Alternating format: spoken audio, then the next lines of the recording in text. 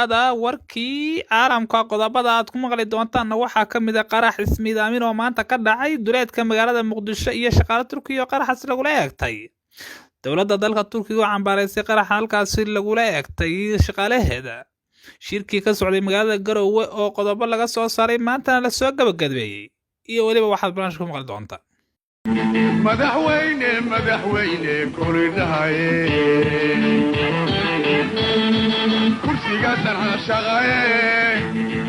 kursigaasan hashaqaye madaxweyne koridhaye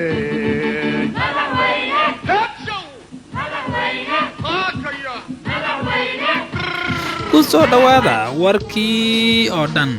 aanu ku bilaabanay duleedka magaalada Muqdisho ee caasimadda Soomaaliya ayaa maanta waxaa qarax ismiidaamin lagula eegtay shaqaale dhisaya wadadaasi deegaanka Lafoole oo ka tirsan gobolka Shabeellada Hoose ayaa maanta waxaa qarax ismiidaamin lagula eegtay shaqaale Soomaaliya iyo waliba kuwa Turkiga oo halkaas dhisay qof isku soo xiray waxyaabaha qarxa ayaa waxa uu maanta isku qarxiyay halkaasi isaga oo dhaawac u geystay iyo dhimasho u geystay dadka halkaasi ku sugnaa. Inta la xaqiijiyay laba askari oo ka tirsan ciidanka booliiska Soomaaliya ayaa ku geeriyooday halka 6 qof oo kalena ay ku dhaawaceen oo ay ku jiraan 4 kamid ah shaqaale Turkiga oo dhisay wadadaasi. Alla soo sheegay in qofkan uu isku soo qariyay dadka halkaasi marayay kadibna uu isqarxiyay waxaana ka dhashay khasaare kala duwan. dadkii halkaasi ku dhintay iyo ku dhaawacmay loo soo qaaday magaalada Muqdisho gaar ahaan cusbitaalka Erdogan ee magaalada Muqdisho.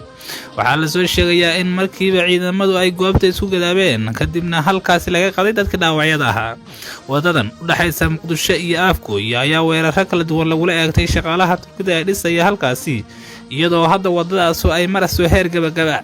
dhinaca kale dowladda dalka Turkiga wasaaradda arrimaha dibadda ayaa waxa ay gabi ahaanba cambaaraysay qaraxaas oo ay ku sheegtay mid uu ahaa mid argagixiso. waana cambaaraynana waana ka xunay qarax halkaasi ka dhacay ayuu yiri wasiirka arrimaha dibadda ee dalka Turkiga oo warbaahinta la hadlay. waxa ay ku sheegeen waa nasiib darro in dad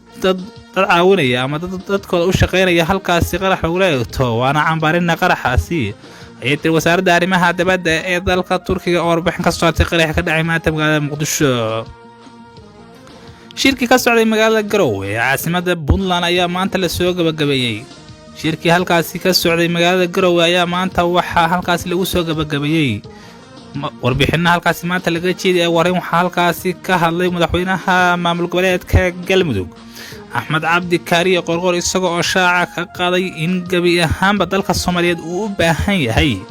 in la isla ogol yahay doorasho ku dhacda midnimo taana wuxuu rajo weyn ka muujiyay inay dhexdhexaadinayaan doorashada Soomaaliya ka dhacaysa isagoo oo sheegay in doorasho la isla ogol yahay ay muhiim tahay inay ka dhacdo halkaasi. madaxweynaha maamul goboleedka Jubbaland Axmed Maxamed Islaan Madoobe ayaa waxa isna uu sheegay in dowladda Soomaaliya looga baahan yahay in doorashada ay dhulka soo dhigto loona baahan yahay doorasho la isla ogol yahay. madaxweynihii hore ee Soomaaliya Sheekh Shariif Sheekh Axmed oo isna la hadlay warbaahinta waxa uu shaaca ka qaaday in marnaba aysan suurtagal ahayn in doorasho dhinaca ka raran ay dowladda Soomaaliya maamusho taasna loo baahan yahay in doorashada gabi ahaanba dhulka la soo dhigo oo aan meel gaar ah la aadin. Wasaarka Ku-xigeenka Soomaaliya Maxamed Guleed Khadar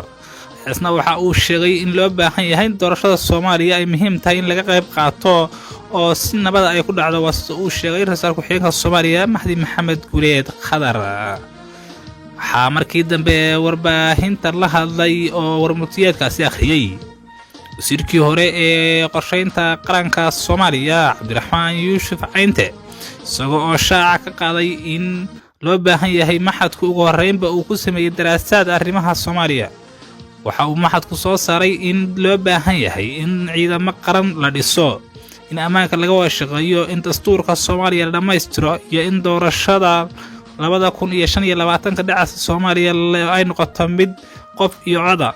waa in laga shaqeeyaa amni haduuna jirin ma dhacayso doorasho waana in siyaasadda laga heshiiyaa ayuu soo saaray maxadka warmutiyeedka halkaasi la soo saaray. soo duubo maalmihii ugu dambeeyay waxaa ka socday magaalada Garowe caasimadda Puntland shirar uu qabanayay maxadka daraasaadka Heritage oo isku yimaadeen madaxweynayaashii hore ra'iisul-wasaarayaashii iyo waliba ra'iisul ku-xigeenka iyo gudoomiyaasha baarlamaanka Soomaaliya labadii saaqal iyo madaxweynayaasha maamul goboleedyada qaar iyadoo laga soo saaray warmutiyeedkaasi maanta waxaa la filayaa in wax badan ka bedelo doorashada Soomaaliya hadda socoto guud ahaan warkii caalamku aad ka socoteen channelka kala kulana Abdi Joker YouTube-ka intaas nabadgelyo